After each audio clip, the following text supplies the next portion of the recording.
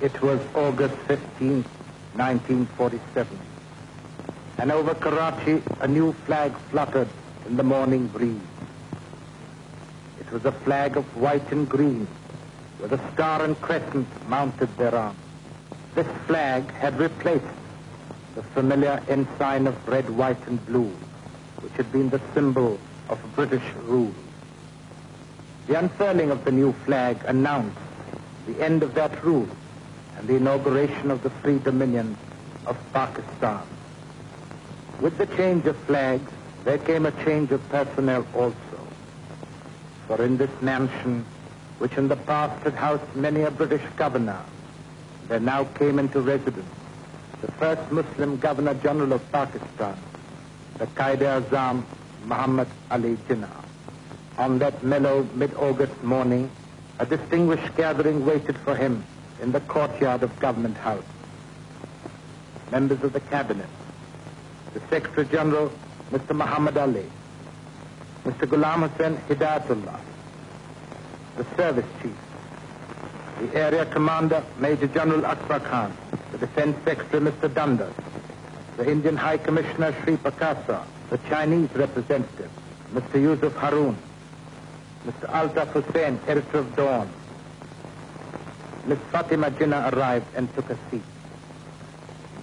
Then, dressed immaculately in a silk sherwani, Mr. Jinnah, escorted by his ADC, came out of the building to receive the salutation of the people he had united under this new flag.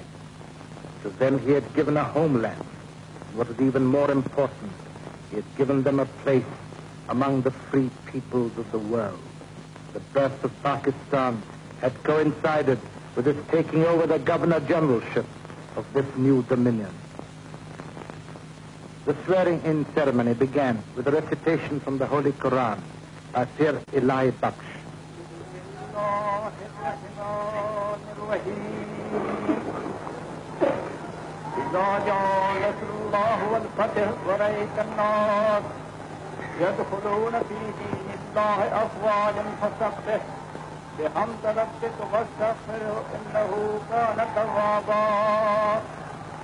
The Secretary General of the Cabinet, Mr. Muhammad Ali, then read His Majesty's commission.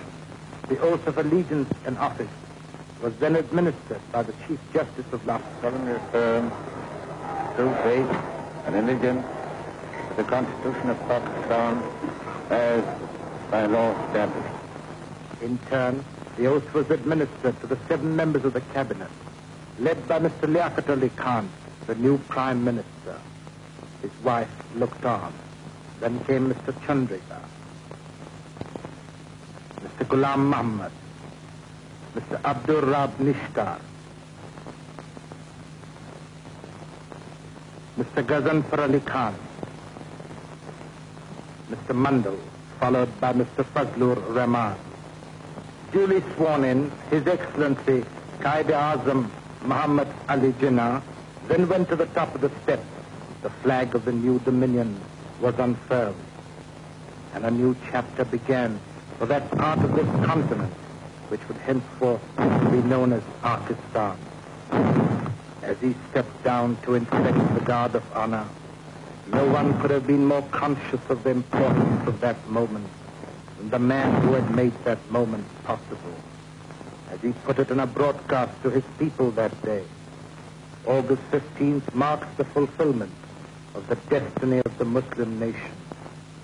He was aware also of the responsibilities of that state and of its citizens, for as he said in the same broadcast, it gave them an opportunity to demonstrate to the world how a nation containing many elements can live in peace and amity and work for the betterment of all its citizens, irrespective of caste or creed.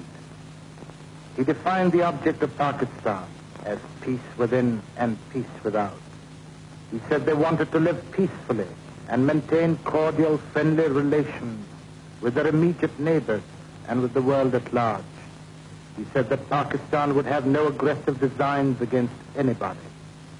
So dedicated, Pakistan started out on its new adventure.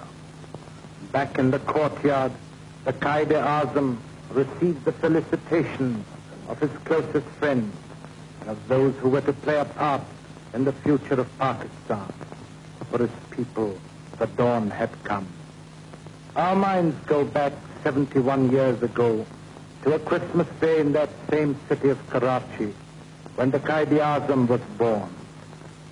No one could have dreamt that this same child would one day play the role of founder of this new state in that same city of Karachi, even as no one could have visualized that this once barren desert would become the capital of a new dominion and the nerve center of the fifth largest state in the world. To this same city of Karachi, in August 1947, there arrived by train the advance guard of the army of architects who were to lay the foundation of this new homeland and who were to build it from scratch. These architects, workmen, technicians, poured into Karachi daily. All these incidents, this enthusiasm, this concentrated effort was a sequel to the statement of the British government on June the 3rd, 1947, when His Majesty's government announced the plan for the partition of India and for the creation of two dominions. On that occasion, speaking over the radio, Mr. Jinnah said, "We must remember that we have to take momentous decisions and handle grave issues facing us in the solution of the complex political problem of this great subcontinent inhabited by 400 million people. The world has no parallel for the most onerous, difficult task which we have to perform. I pray to God that this critical moment He may guide us and enable us to discharge our responsibility in a wise and statesmanlike manner." While the rank and file of the builders of Pakistan arrived by train, its more important architects arrived by air. Among the early arrivals at the airport was Mr. Liaquat Ali Khan, the Qaid-e-Azam's second in command. Mr. Liaquat Ali Khan was to hold the important office of Prime Minister of Pakistan. The planes kept arriving, and the excitement mounted till August 7th, when the Qaid-e-Azam was to arrive in person.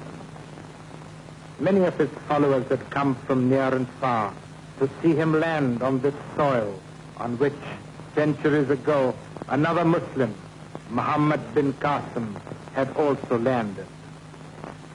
The arrival of Mr. Jinnah in Karachi was for his people an equal thrill.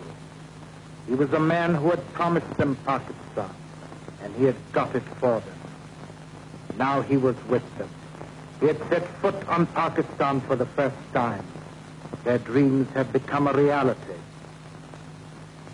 With him was his sister, Miss Fatima Jinnah, the First Lady of Pakistan.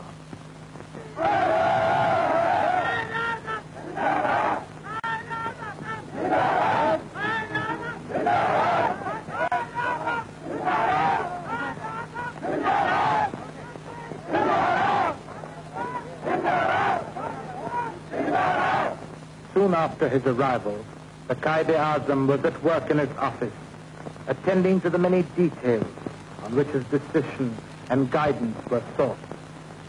For him, it was not enough